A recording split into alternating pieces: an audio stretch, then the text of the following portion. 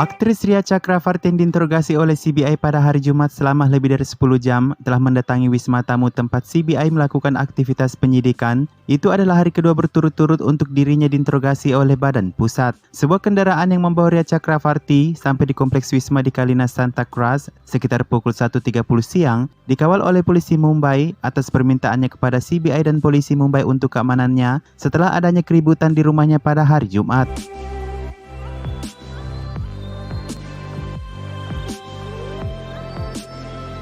Saat Ria mempersiapkan penampilan perdananya untuk diinterogasi pada hari Jumat kemarin, dia dikerumuni oleh sejumlah besar personel media, bahkan seorang polisi mengalami luka-luka karena turut mengamankan situasi. Karena kondisi tersebut, Ria menuntut agar ia dan keluarganya harus diberikan perlindungan polisi, mengingat paparazzi mengejar mereka dari rumahnya di Juhu sampai ke kantor CBI bertugas di Santa Cruz Timur dan ke beberapa lokasi penyelidikan lainnya.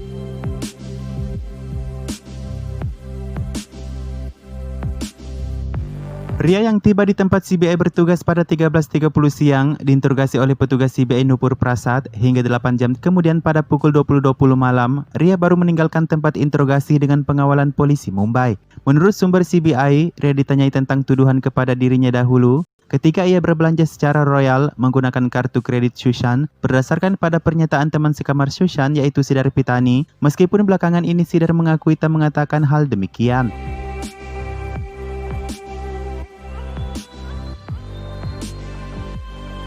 Dua hari penyidikan terhadap Ria yaitu pada 28 Agustus dan 29 Agustus 2020, media India Today telah merangkum pertanyaan inti petugas CBI yang diajukan kepada Ria seperti berikut, meskipun jawaban Ria masih ditahan oleh CBI untuk kepentingan non-publisitas ke khalayak umum.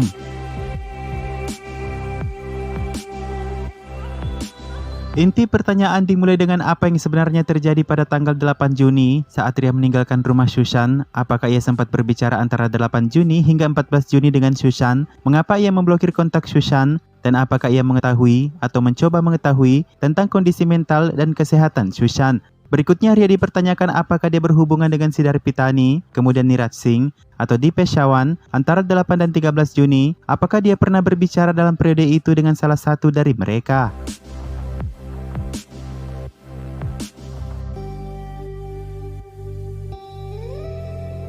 Selanjutnya Ria ditanyakan mengenai hubungannya dengan Sushan seperti bagaimana mereka bertemu, kapan mereka mulai hidup bersama, mengapa ia tidak berhubungan baik dengan keluarga Sushan, kapan dia kemudian menyadari bahwa Sushan memiliki masalah mental, dan apakah mereka pernah bertengkar, kapan dan seberapa sering. Berlanjut kepada konspirasi kepergian Sushan, CBI menanyakan apakah Sushan pernah mengancam atau mengatakan ingin bunuh diri, apakah Ria menemaninya ke konsultasi dengan dokter, juga apakah dokter itu adalah dokter yang dicarikan oleh Ria.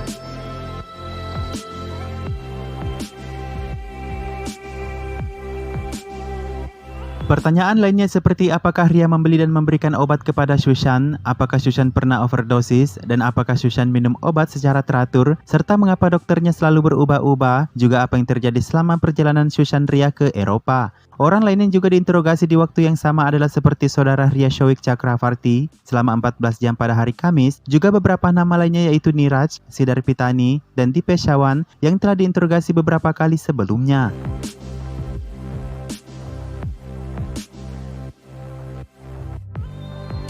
Untuk mendukung segudang pertanyaan CBI kepada Ria, petugas CBI sempat meminta Ria membawa dokumen tertentu terkait penyidikan seperti rekening bank, detail transaksi, serta dokumen properti milik Ria. Ria juga dimintai membawa resep dokter seperti bukti obat-obatan, sekalian dengan obat-obatan yang diduga diberikan kepada Sushan, ditambah dengan semua surat konsultasi dokter, mulai dari konsultasi awal hingga dengan ketika Sushan didiagnosis mengalami depresi.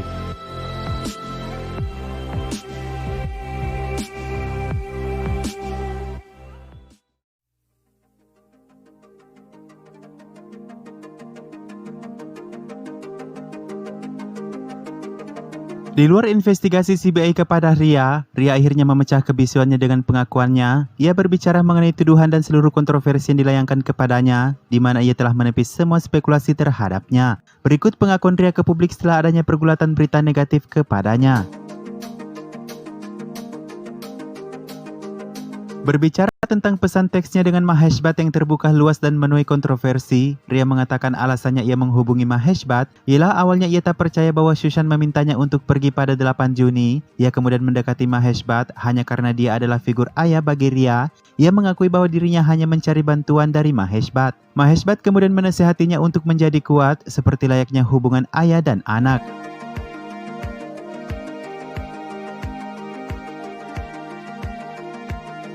Selanjutnya, Ria mengakui tak pernah mempekerjakan staf apapun selama ia tinggal di rumah Sushan, termasuk Samuel Miranda, yang sebenarnya dipekerjakan oleh saudari Sushan, Priyanka Singh. Juga Siddharpitani adalah teman lama Sushan sebelum Ria mengenal Sushan. Berikutnya, Ria menceritakan bahwa Sushan dulu pernah merokok ganja. Sebelumnya ia meminta maaf karena harus berbicara tentang kejahatan seseorang ketika ia tidak lagi. Ria melanjutkan dengan mengatakan bahwa Sushan sering merokok ganja sejak sebelum mereka bertemu, bahkan itu dilakukan Sushan selama masa film Kedarnath.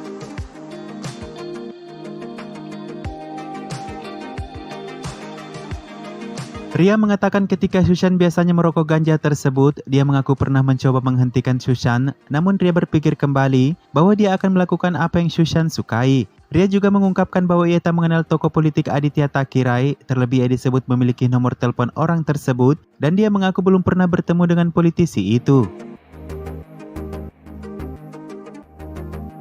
Beberapa tuduhan yang juga sempat menyebut Ria mendapatkan perlindungan aman dari orang berkuasa, sehingga ia aman dari target polisi Mumbai dalam kasus Sushan. Ia menepis semua tuduhan tersebut dengan mengatakan, tak ada seorang pun yang berkuasa yang melindungi saya dari kasus ini. Ria juga menanggapi pembicaraan sana-sini dari mantan pacar Sushan, Ankita, kepadanya, yang menyebutkan Sushan berubah hanya setelah mengenal dirinya. Ria bertanya kepada Ankita, kapan terakhir kali ia berbicara dengan Sushan? Ria bahkan kesal menyebutkan Ankita tidak berhubungan dengan Sushan setidaknya selama 4 tahun terakhir.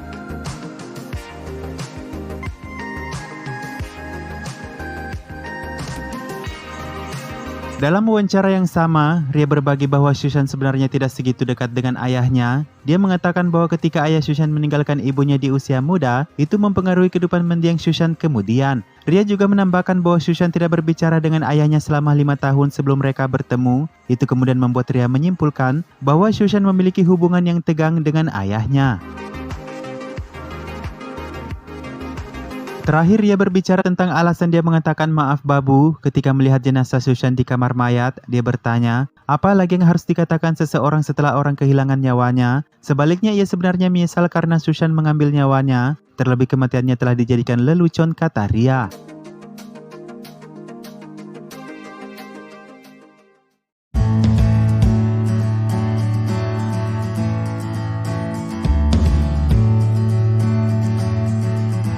Sesuai dengan laporan berita India Today, bahwa Ria meminta staf rumah Sushan untuk bergabung dalam sebuah obrolan WhatsApp, di mana ia terlihat berbicara dengan staf Sushan yaitu Samuel Miranda, juga Siddharpitani dan Ayush, dengan memakai kata-kata dubi dan rolling pada chat WhatsApp tersebut. Dalam salah satu pembicaraan, Ria dan Samuel Miranda menunjukkan bahwa Ria meminta Samuel Miranda untuk menelpon seseorang bernama Ashok untuk memberinya sesuatu barang karena hanya tersisa satu di tangannya setelah ia mencoba meminta sendiri kepada Ashok 2 hari sebelumnya.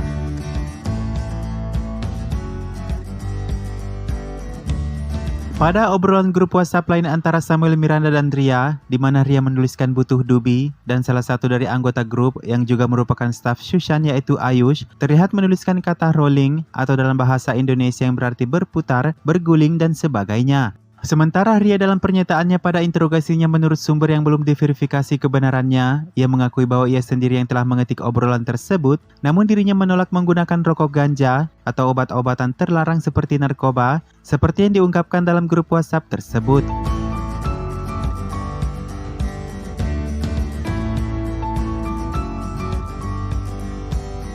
Berbicara mengenai tuduhan bahwa Sushan juga ikut konsumsi narkoba, Sabir Ahmed, mantan asisten pribadi Sushan Singh Rajput, mengatakan bahwa mendiang aktor tersebut tidak pernah mengkonsumsi obat-obatan selama ia bekerja dan tinggal bersamanya. Pernyataan Sabir Ahmed muncul setelah Biro Pengendalian Narkotika mulai menyelidiki kemungkinan sudut narkoba dalam kasus Sushan, juga ketika keluarga Sushan menuduh bahwa ia telah dibius oleh Ria dan kawan-kawannya memakai obat-obatan.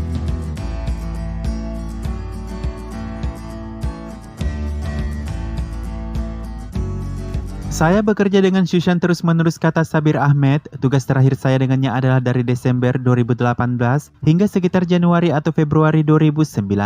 Saya mengambil cuti pada Februari, kata Sabir. Saya bekerja sebagai asisten pribadinya ketika Syushan mempromosikan Sonchiria, juga saat syuting untuk Dil Becara. Saya biasa membantunya dalam pemotretan, promosi film, dan syuting. Saat itu saya tinggal bersamanya di apartemen di lantai 16. Seandainya Syushan mengkonsumsi narkoba pada saat itu, saya pasti sudah tahu karena saya ada di sana bersamanya 7 kali 24 jam.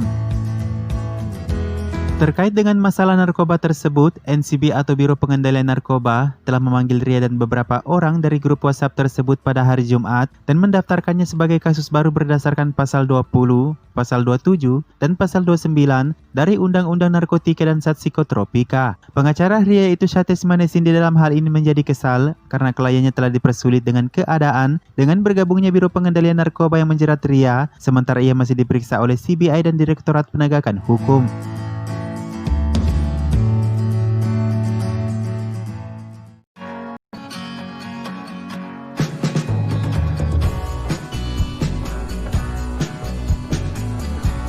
CBI telah menemukan penyimpangan kesalahan teknis yang besar dalam penyelidikan yang dilakukan oleh Kepolisian Mumbai. Sesuai dengan laporan Republic World mengatakan bahwa tim CBI mendapati Kepolisian Mumbai menyalahi prosedur tertentu seperti mereka tidak menjaga kesucian tempat kejadian perkara karena banyak orang diizinkan memasuki tempat kejadian perkara tersebut.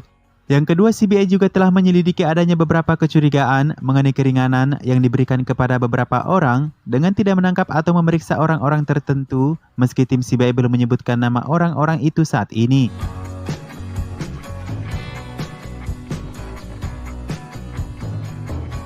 Yang ketiga, tim CBI telah melakukan beberapa kali kunjungan ke rumah sakit Cooper karena mereka tidak yakin dengan laporan otopsi mendiang aktor tersebut dan telah menemukan beberapa penyimpangan di sana juga, kata sumber CBI. Yang keempat, polisi Mumbai hanya menghabiskan banyak waktu untuk menyelidiki persaingan profesional. Bagaimanapun, kata sumber CBI, permainan curang dalam kematian aktor itu bukanlah fokus utama dari penyelidikan.